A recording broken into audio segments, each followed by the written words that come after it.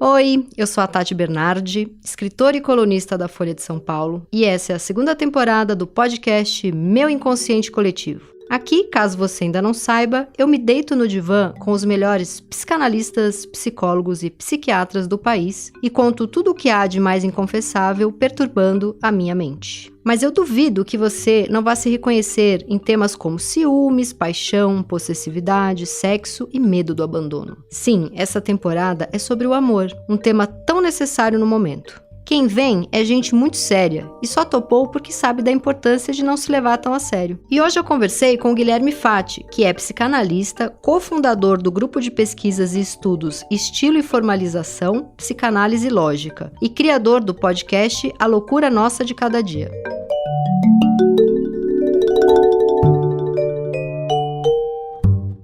Guilherme, essa sessão de hoje de terapia é uma sessão muito peculiar, porque a gente está fazendo uma coisa aqui que acho que não pode, que eu vim me consultar com um ex-namorado.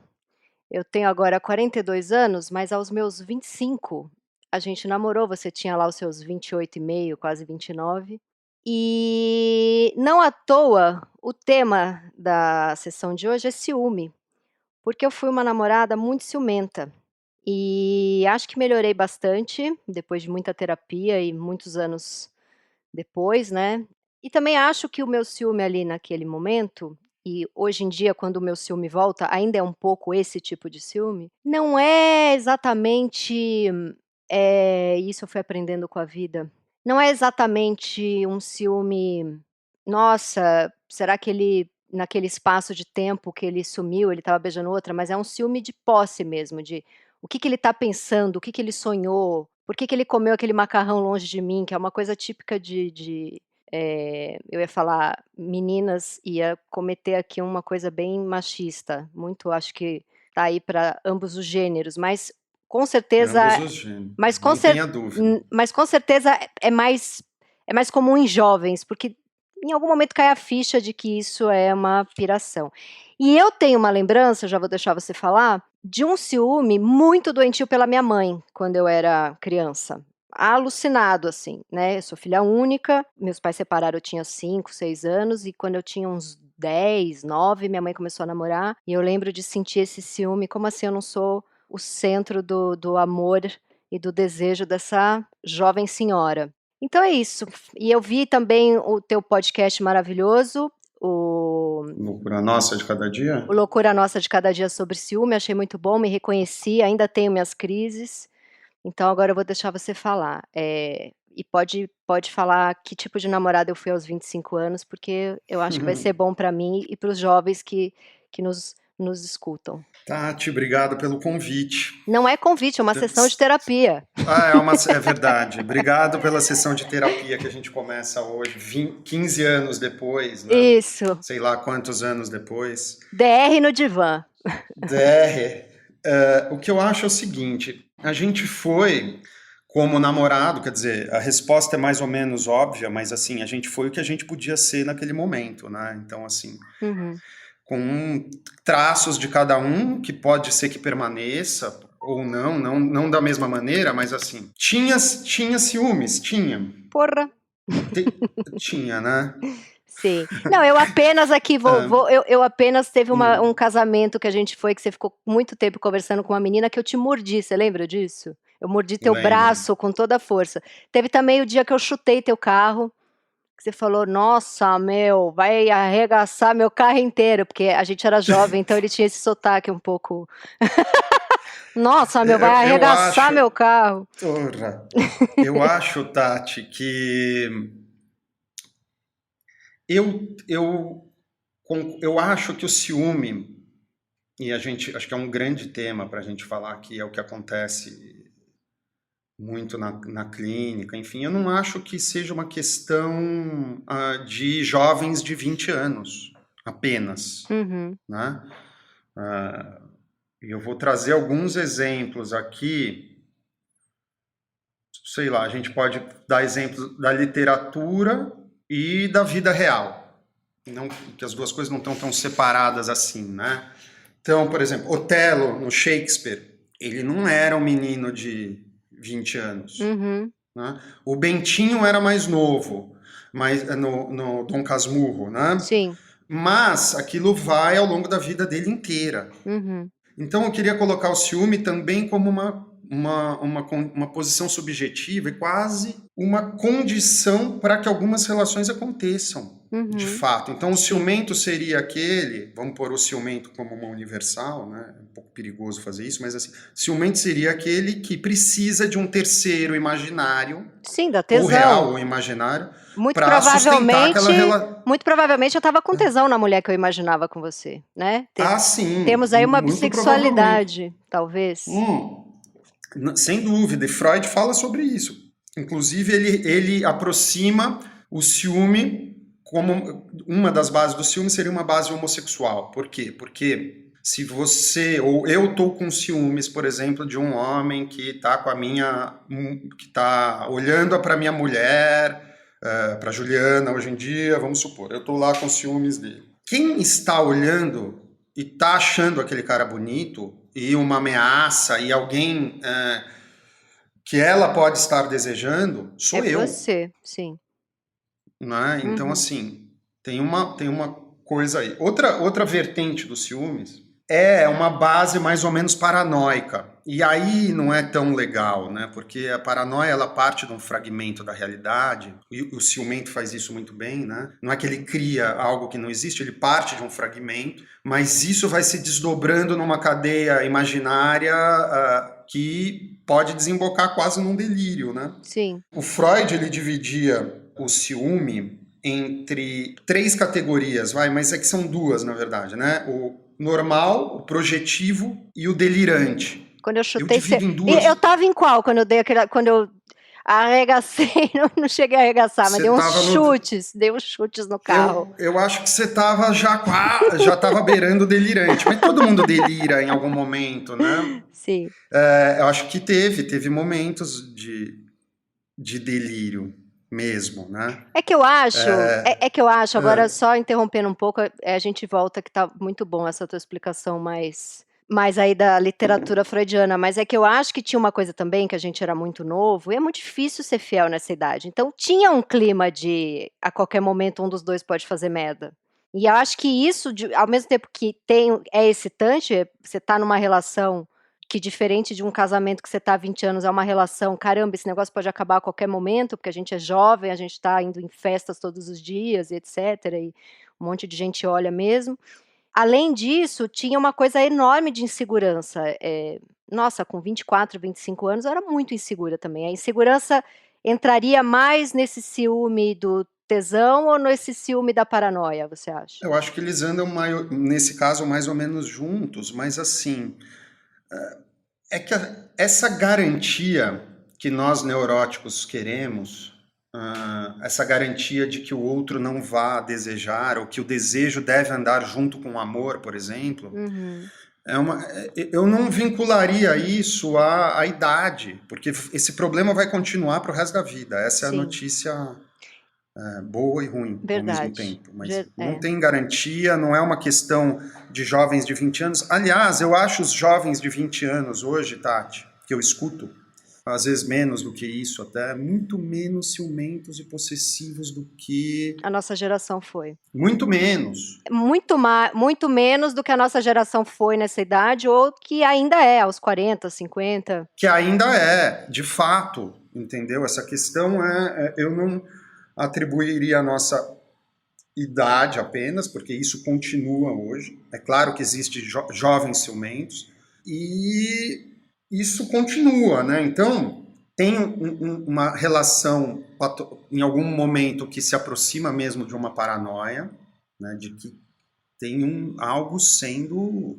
orquestrado Contra mim. contra mim, eu não estou participando disso, eu não sei, algo não está sendo dito, né? E é difícil sair disso quando vai para uma consistência tão imaginária, é muito difícil. Porque não tem explicação possível. O imaginário sempre vai criar uma justificativa para anular. E o que torna uma pessoa, e o que torna uma pessoa paranoia? Eu já trabalhei com várias pessoas que é aquela clássica mania de perseguição, é aquela pessoa que acha que tá todo mundo contra ela, que tem um complô dentro da empresa contra ela, que estão falando pelas costas, ou que se você faz uma piada, às vezes é uma piada no amor. A gente que vem de publicidade, o Guilherme hoje em dia é um grande psicanalista, eu sou aí uma escritora, mas a gente vem de publicidade. O ambiente de agência era muito zoação um com o outro o tempo inteiro. E às vezes um bullying terrível, que eu não tenho nenhuma saudade, mas às vezes só uma piadinha no amor. Mas tem aquela pessoa que acha que toda piadinha estão rindo de mim, tá contra mim. Essa paranoia é o quê? Vem de onde? Porque às vezes uma família inteira é paranoica, né? Você vê, você conhece a pessoa, depois você vai conhecer a mãe, o pai, o irmão, a tia, você fala, nossa, é uma família de paranoicos. Claro, porque está dentro da linguagem, né, daquela família, dentro desse sintoma familiar, vamos dizer assim, mas acho que se a gente fosse colocar uma causa, é multifatorial, né? Para a gente poder falar de uma psicose, por exemplo, uma paranoia mesmo, propriamente dita, é multifatorial, não dá para a gente isolar uma causa. Mas eu colocaria esse traço, não como estrutura, um traço paranoico como algo profundamente autocentrado, não é isso? Né? Tem uma relação profunda com o narcisismo. Né? Quer dizer, se todo mundo está fazendo piada de mim, porra, eu sou importante pra caceta, né? Como eu sou importante, como o mundo se articula, como o mundo está interessado na minha vida, né? Quer dizer, então tem uma relação com o narcisismo e uma relação que pode atrapalhar. Tudo tem relação com o narcisismo, né? Tati, a questão, porque a nossa constituição é essa. Não tem nada de errado, a gente ouve essas bobagens. Fulano é narcisista. Fulano é muito narcisista. A priori, isso é uma bobagem, não quer dizer nada. Todo mundo é narcisista. O amor, para a psicanálise, pelo menos, né, que a gente está discutindo aqui, ele é absolutamente autorreferido. Né? A gente ama aquilo que é importante para a gente. Sim. Referência somos nós mesmos. Mas quando que o narcisismo é o que pode virar uma paranoia? Que tipo de narcisismo é esse? Um tipo de narcisismo que impede a existência do outro. É um adulto vivendo com um narcisismo de criança, por exemplo? Dá para pensar assim? O narcisismo é sempre de criança, né? Não vejo nenhum problema que seja, mas assim, é uma fase que pode se prolongar, né? Aonde você está tão tomado por si mesmo, nas próprias posições, os próprios pensamentos, tão fechado sua numa libido relação tá toda para você, que você não consegue pôr em nada. Que o outro não existe. O outro não existe. Ou existe enquanto tá me elogiando, porque aí eu tô me olhando no espelho e me achando lindo.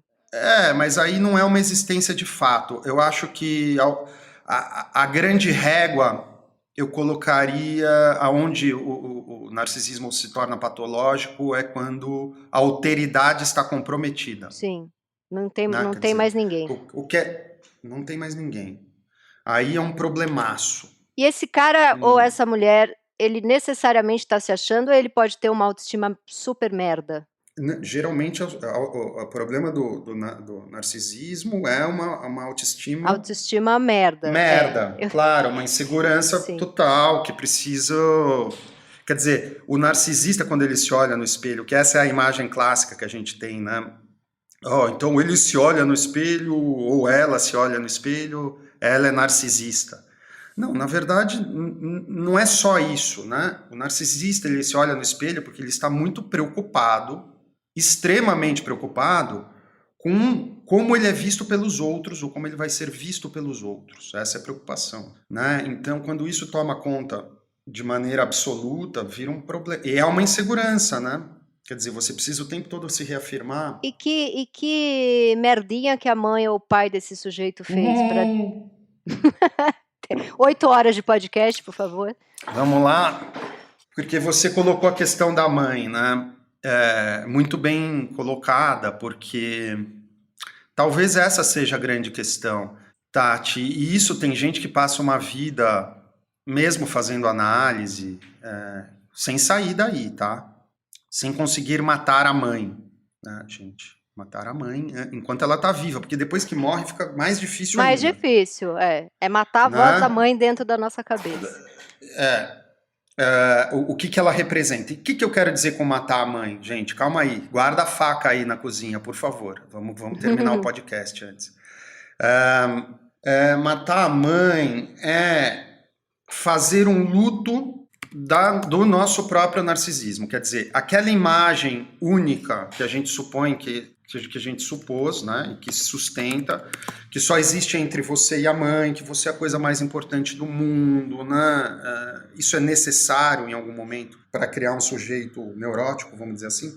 Mas você, em algum momento, vai ter que fazer o luto da perda, de uma perda narcísica, desse olhar. E aí, se a sua mãe te tratou como um objeto de fetiche dela e não como um filho, você tá na merda, porque ela vai para sempre querer manter você nesse lugar. E talvez por isso você vire um narcisista maluco, ou não? Ah, tem, eu estou falando de maneira geral, a gente teria que ver caso a caso, mas assim, a gente teria que perguntar também qual é a nossa contribuição nisso, né? Por que que a gente escolheu permanecer nessa posição com esse ganho, Uhum. né? Então, se eu sou o filho querido e muito importante, eu suponho que a minha mãe realmente me desejou muito. Você, em algum momento, vai ter que fazer um luto de uma perda, porque não é bem assim, né? E graças a Deus, porque senão não dá. Senão você fica para sempre, você Senão você não não vive. namora, você não transa, você não casa, você não tem filho, porque você tá com a sua mãe, tá casado com a É mãe. basicamente isso, né? Então, casado com a mãe no sentido de que não tem espaço para outra coisa, né? Uhum. Agora, como é que a gente foi tanto do ciúme para do ciúme para esse narcisismo? Que tá muito ligado, você acha? Você percebe como Vai rápido, né? começou a falar de uma coisa, você já está falando da outra imediatamente, tá ligado. Assim como a gente desloca para o amor para a psicanálise já seria uma saída, Tati. Já seria parte de um luto dessa mãe, dessa cola, vamos dizer assim, tá? Amor para a psicanálise não tem nada a ver com a paixão. A paixão está mais relacionada com ciúme porque ela é delirante, é um Uhum, delírio total, uhum, né? De que seria possível aprender um objeto, de que o objeto existiria, uhum, de que aquela pessoa que a gente idealizou realmente existe. Essa é a base da paixão. uhum. O amor já é uma construção possível, mas ela é uma construção. O amor é uma construção possível a partir do momento que a gente fratura um pouco e tem alguma possibilidade de perda Uhum. dentro do imaginário, Tem né? que ter um luto para poder ter o amor, né? Tem que existir, Tem, perder esse tem que lugar ter do. esse lugarzinho, né? Quer dizer, de repente você se dá conta que fala, porra, minha mãe, tudo bem, fui desejado, mas minha mãe teve que abrir mão de muita coisa, né? Pra, de coisas que ela desejava. É, talvez não tenha sido tão legal para ela isso, né? Não do jeito que eu imagino. A gente foi falando, eu lembrei daquele podcast maravilhoso, Praia dos Ossos, daquele assassinato, e o tempo inteiro, e depois ela, consegue entrevistar o cara. E, bom, eu tô aqui com a minha memória de mãe de uma filha de 3 anos e meio, no meio de uma pandemia e pós-covid, eu não vou lembrar o nome, eu sei que é Ângela Diniz e o cara Doca Street, lembrei. E aí consegue entrevistar e ele fala, ela me provocava, eu tinha um ciúme violento dela.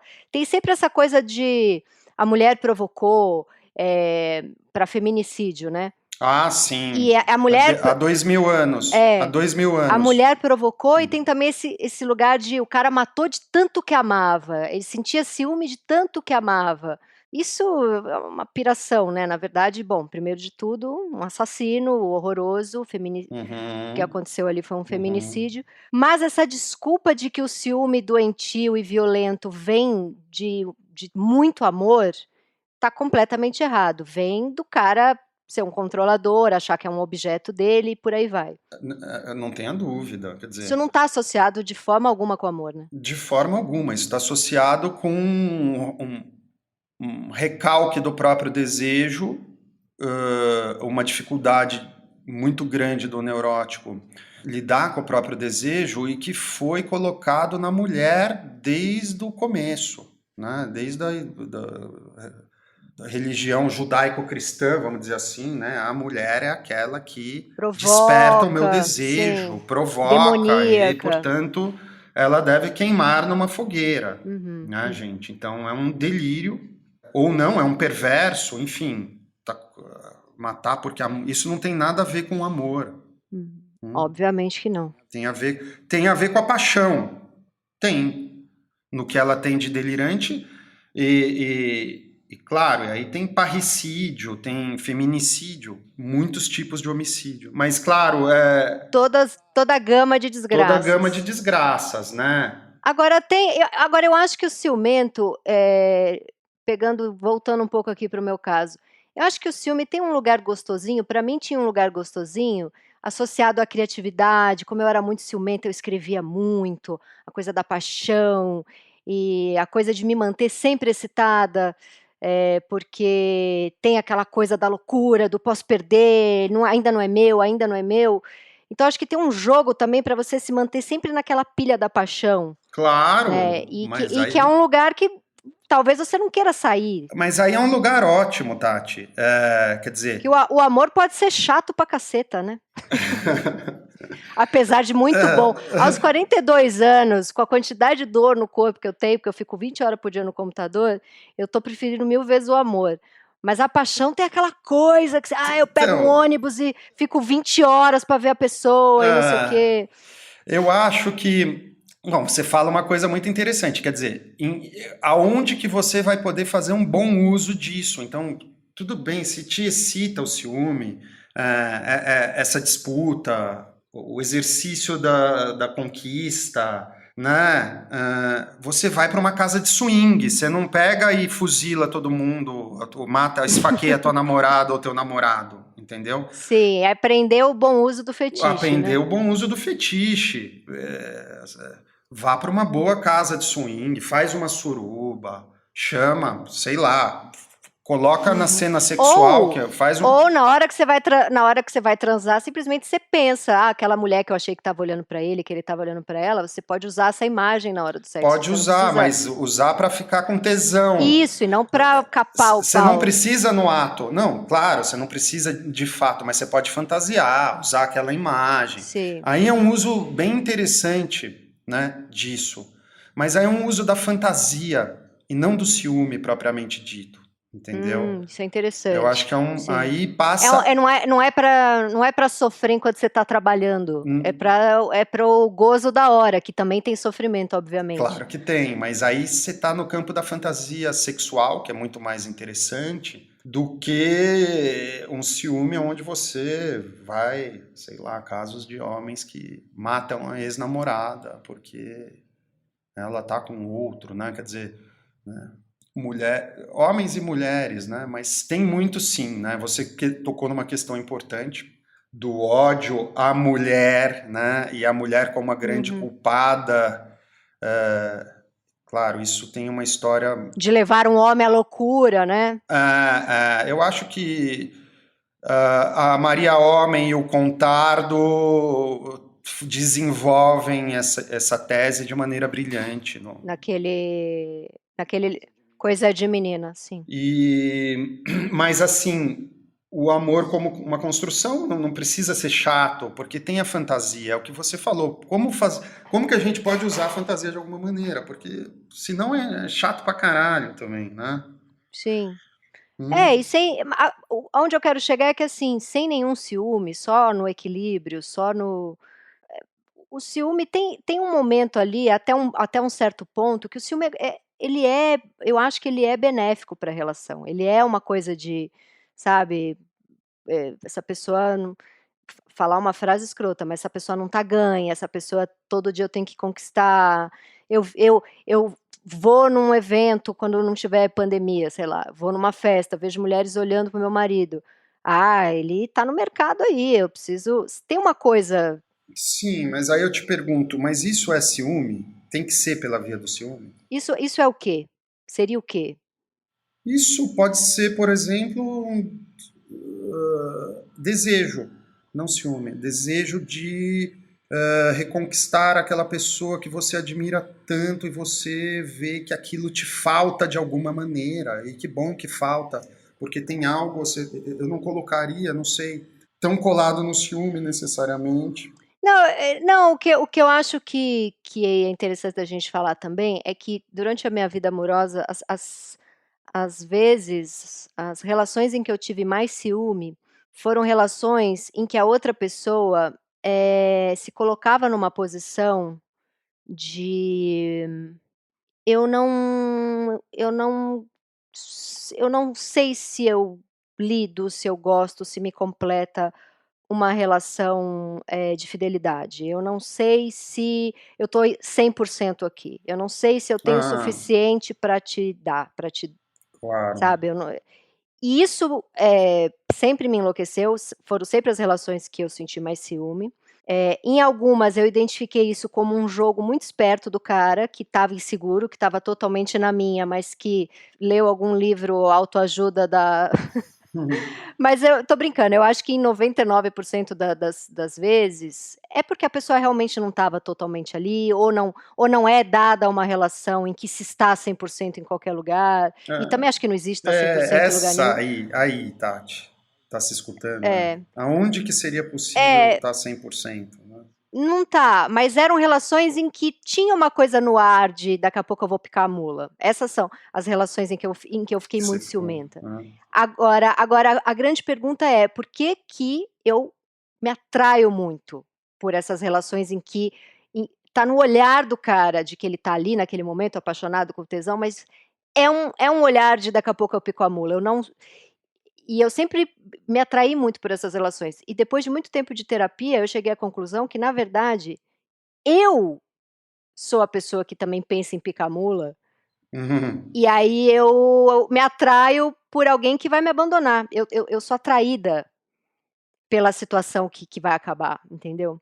Então por isso também, e isso aí, ó, tô na terapia há 20 anos e ainda não consegui chegar, porque ao mesmo tempo que eu já entendi, eu já consigo olhar para isso, já percebi que muita dos foras que eu tomei, eu fiz de tudo para tomar, porque esse lugar do você abandonada é um lugar de gozo para mim. Uhum. Agora é um lugar de um sofrimento abissal, assim, e por que que eu me atraio um pouco por isso, por essas pessoas que têm esses discursos de: "Eu não sou de ninguém, eu não gosto de relacionamento estável", isso me atrai. E por isso são situações em que eu fiquei muito ciumenta também. A gente, na tua sessão de análise hoje, quer dizer, enfim, 20 anos de análise e você não tem essa resposta, não vai ser agora que a gente vai ter, mas, e talvez nem tenha, "Como assim não, Guilherme? e Como assim?" e Tô de talvez não clichê. tenha que ter, Tati, não nessa, né, uma resposta absoluta, algo que te permita se relacionar e tudo bem, não precisa ter uma última resposta. Nossa, encontrei a causa. Uhum. Eu acho que, e isso serve, essa é uma universal, talvez sirva para todos os neuróticos, os obstáculos ou a impossibilidade é quase uma condição para o desejo. Né? Então, o desejo vai se sustentar em algum obstáculo, algo um pouco impossível. A gente vê as histórias de amor, são histórias de impossibilidades, ou pela distância, diferentes classes, às vezes divisões de classes sociais muito distantes, né? Se a gente pegar famílias, guerra separando, né? A gente tem todas essas histórias. Então, O cara que era casado, o cara que morava em outro país, é, uhum. é. Então tem a impossibilidade. Eu quero isso porque isso é impossível. Faz parte da prepotência neurótica. Não. Mas você acha que além de fazer parte da prepotência neurótica, faz parte também de eu não sei me relacionar, eu não quero um relacionamento estável, então eu vou procurar um negócio que eu sei que vai acabar em 3 meses, porque se eu achar um negócio que pode durar 30 anos, eu não quero. Você acha que pode ter um pouco isso também? Porque eu vejo. Eu acho que cada um vai procurar uma coisa, Tati. Sim, não dá para rotular, né? Não dá pra gente, porque tem gente que, tudo bem, vai pular de 3 em 3 meses numa boa, com pessoas que se relacionam de 3 em 3 meses pro resto da vida, e tudo bem. Se for tudo bem para desde que ele não queira casar. O problema é quando você fala, eu desejo uma coisa, mas repito outra, muito longe. E esse problema é muito comum, né? Porque essa é a história da minha vida. A grande questão Não à toa o neurótica. SETS tem um curso que chama Conflito e Sintoma. Porque é isso, é o tempo inteiro o que eu acho que vai me dar o que eu procuro, eu percebo que não é o que eu desejo, porque daí eu vou para um negócio que é o oposto o tempo inteiro. Como desejar mais próximo do campo do gozo? Essa é uma questão. Sim, sim. Pois é. Mais próximo não significa Junto, que coincida. que seja o mesmo. Que seja o mesmo. Como desejar um pouco mais próximo de onde a gente goza. Essa é uma grande questão. E aí, isso é caso a caso, porque o desejo vai ser articulado pela fantasia de cada um. É muito caso a caso. Como que vai ser o arranjo, né? Tem arranjos muito possíveis, muito diferentes. O que é se relacionar? O que é um relacionamento que deu certo?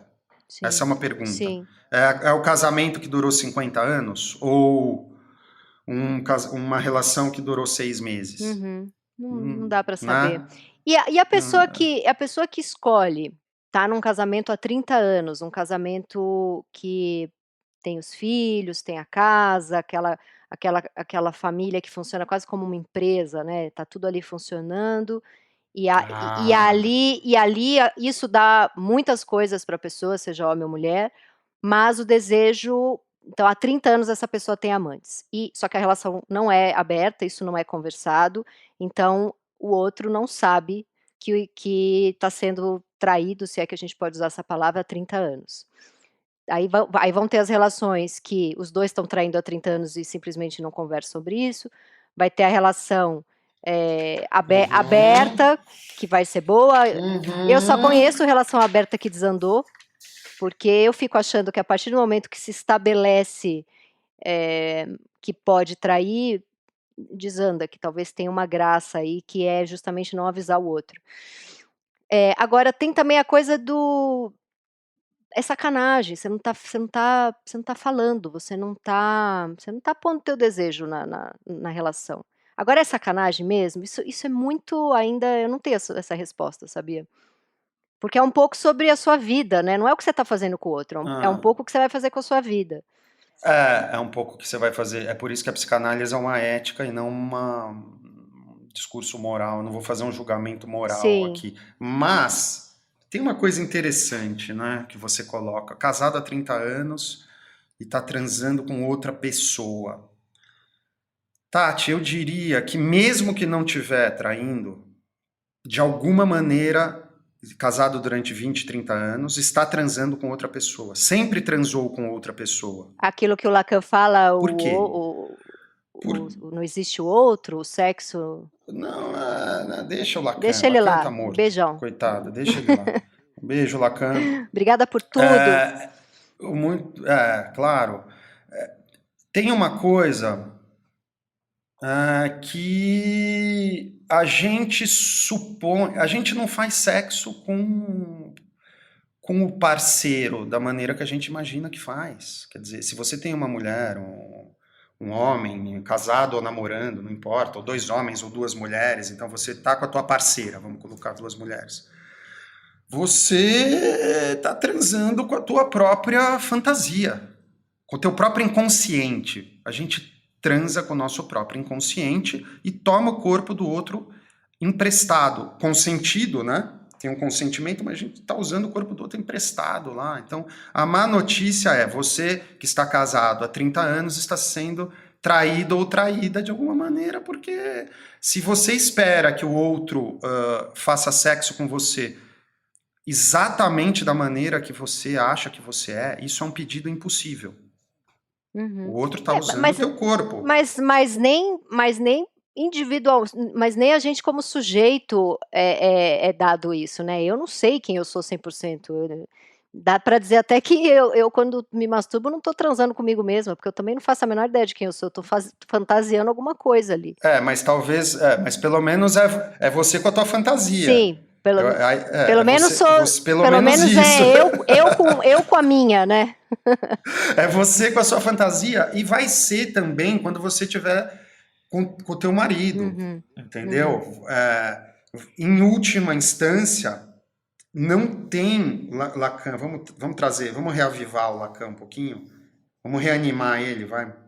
O Lacan dizia uma coisa que não existe relação sexual, é uma frase muito repisada, muito citada dele. Quer dizer, não é que não exista o ato sexual, não existe uma relação de complementaridade absoluta entre os sexos por vários motivos, entre eles porque a linguagem não permite isso. A gente é castrado aí também. Mas assim, o que eu estou querendo dizer, no encontro de dois, gente, não vai ter um encontro absoluto. A gente supõe. Esse é o grande truque do amor, né? Eu projeto no outro algo do meu ideal, dos meus ideais, daquilo que eu acho que falta em mim e de que o outro teria isso. E eu sou amado pelo meu próprio ideal. Olha que Pois relação é, maravilhosa. maravilhosa. Agora, então, algo de uma traição acontece o tempo todo. Acho que talvez a grande traição mesmo, de fato, seja trair o próprio desejo. Aí tem um problema. Vixe, e é o que fazemos aí. Ó, é difícil não trair o próprio desejo, porque às vezes o próprio desejo, tiraria tantas coisas da vida que também são importantes. Às vezes tem coisas na vida que são mais importantes do que o próprio desejo ou não. Por exemplo, uma mulher que é completamente apaixonada pelos filhos, mas que descobre que precisa ficar 6 meses longe deles, porque ela tem um desejo ali que é fazer um curso longe de todo mundo, nã-nã-nã, só que ela vai perder 6 meses da vida dos filhos pequenininhos, e ela chega à conclusão que é mais importante estar perto desses filhos pequenininhos do que o desejo dela. Ela Uhum. se traiu por algo que ela considerou maior, ou o nosso desejo sempre teria que vir em primeiro lugar. Porque tem desejo que a gente tem Não, desejo que a gente tem que é meio merda também, né. Não sei. não, é que eu estou falando de um desejo como uma marca da fantasia, né? Quer dizer, um desejo que seria o desejo a partir do qual todos os outros desejos da vida se articulam. Mas tem uma questão, Tati, que é a seguinte, falando do desejo. Falar em desejo, em mudança ou em qualquer coisa que seja, a gente vai ter que falar de perda. Uhum. O que você vai estar disposto a perder? Porque o neurótico não quer perder Não quer nada. perder nada. Sim, Né? Então, assim, e outra coisa, eu diria que o que é uma mulher, é claro que é uma decisão dificílima, esse exemplo que você colocou, mas o que ela pode não estar querendo perder, talvez com os filhos um pouco mais velhos, inclusive, não com uma criança de 6 meses de idade, porque aí eu acho que um pouco mais difícil, mas com os filhos um pouco mais velhos, não tá, a questão não é que ela está perdendo 6 meses, é aquilo que eu disse, né? Ela pode estar, ela vai ter que perder a posição narcísica de supermãe, sim, por sim, exemplo. sim. Não tem a relação, não é o tempo, é a visão de como ela é vista, de como ela se Ou vê. Está perder disposta a a perder liberdade da isso? juventude, que podia largar tudo e ficar 1 ano sozinha na Europa, né. O tempo inteiro a gente está perdendo. Mas o tempo inteiro a gente está criando álibi para não se haver com o próprio desejo. É isso que eu estou E por que dizendo. Não que tem a ver o com e por que que o juventude. próprio desejo é tão assustador? Tem um quê de destruidor?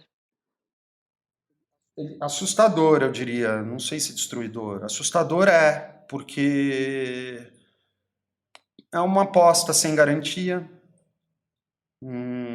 angustia mesmo. Você vai ter que perder, vai ter que perder algo do teu narcisismo, de como você é visto. Tudo isso torna, quer dizer, então é muito. E aí o casamento é uma maravilha, Tati. Aí o casamento, a gente está falando dos grandes álibis, né? O casamento talvez seja o grande álibi, porque aí eu posso dizer que eu não fui dar a volta ao mundo de veleiro, porque eu sou casado e a minha mulher não permitiria. Agora tem, olha, eu teria feito isso, mas eu casei. então agora eu não posso. Eu não posso porque o dinheiro é um outro grande álibi. O pai doente, a Então, mãe doente, o pai o filho de doente. 19 anos que ainda é muito pequenininho para ficar sozinho. Uhum. Exatamente, exatamente. Então aí são grandes álibis que a gente usa para nossa covardia diante do próprio desejo, né? Então não é que eu tenho medo de mar, não sei velejar, tenho preguiça de fazer um curso, né? E coloco a culpa na minha mulher, no casamento, Sim. ou no filho, ou eu não tenho dinheiro. Não tenho dinheiro, tem um monte de gente sem dinheiro na França, vivendo num veleiro com custo de vida muito menor do que teria na cidade há anos. Então você banca ou não banca, e qual é o limite? Porque o Freud dizia uma coisa, que assim, né, uma análise pode levar você até uma margem do rio, né? Se você vai querer atravessar o rio, é outra história. Eu acho que é isso, Tati. Por hoje, a gente continua, né? Vamos. Esse foi o Meu Inconsciente Coletivo, o podcast para onde a sua neurose sempre vai querer voltar. Eu sou a Tati Bernardi e a edição de som é da Natália Silva. Os episódios do Meu Inconsciente Coletivo são publicados toda sexta-feira de manhã nos principais agregadores de podcast. Escute o seu inconsciente e siga a gente para não perder nenhum programa. Até a próxima sexta.